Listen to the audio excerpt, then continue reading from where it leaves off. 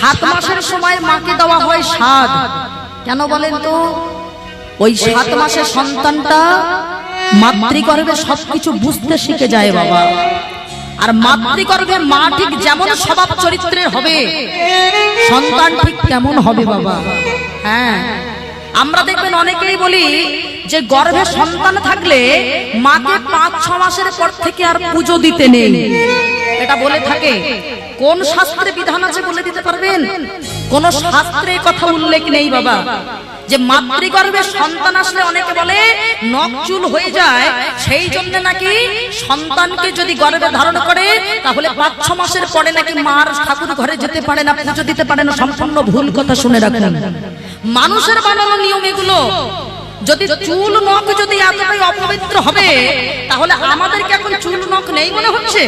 আমরা কি নেড়া হয়ে ঠাকুরকে পুজো দিতে যাব? কোনটাই অপবিত্র নয়।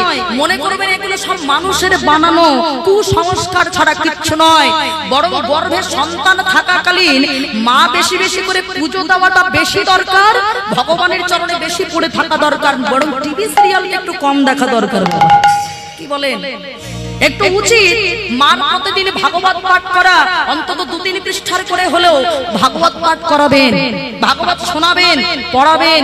আর 7 মাসের সময় মায়েরা স্বাদ দেওয়া হয়। মনে করে দেখুন, গর্ভে সন্তান থাকাকালীন মা যে নিয়মগুলো করে, যে কথা শুনে, যে কথা বলে, যে আচরণ করে, এগুলো যদি মিথ্যে হতো তাহলে শাস্ত্র মিথ্যে হতো বাবা। মনে করে দেখুন, কুরুক্ষেত্রের মাঠে যখন অর্জুন পুত্র অভিমন্যু চক্রগৃহের ভেতরে ঢোকার গল্পটা, প্রবেশ করার গল্পটা শুনেছিল মায়ের গর্ভে বসে, সুভদ্রার গর্ভে বসে, কিন্তু বাইরে বেরোনোর গল্পটা মা কিন্তু আর শোনেনি। অর্জুন যখন বসে বসে গল্পটা করছিল, সুভদ্রা শুনছিল, আর সুভদ্রার গর্ভের ভিতরে ছিল অভিমন্যু, শুনছিল।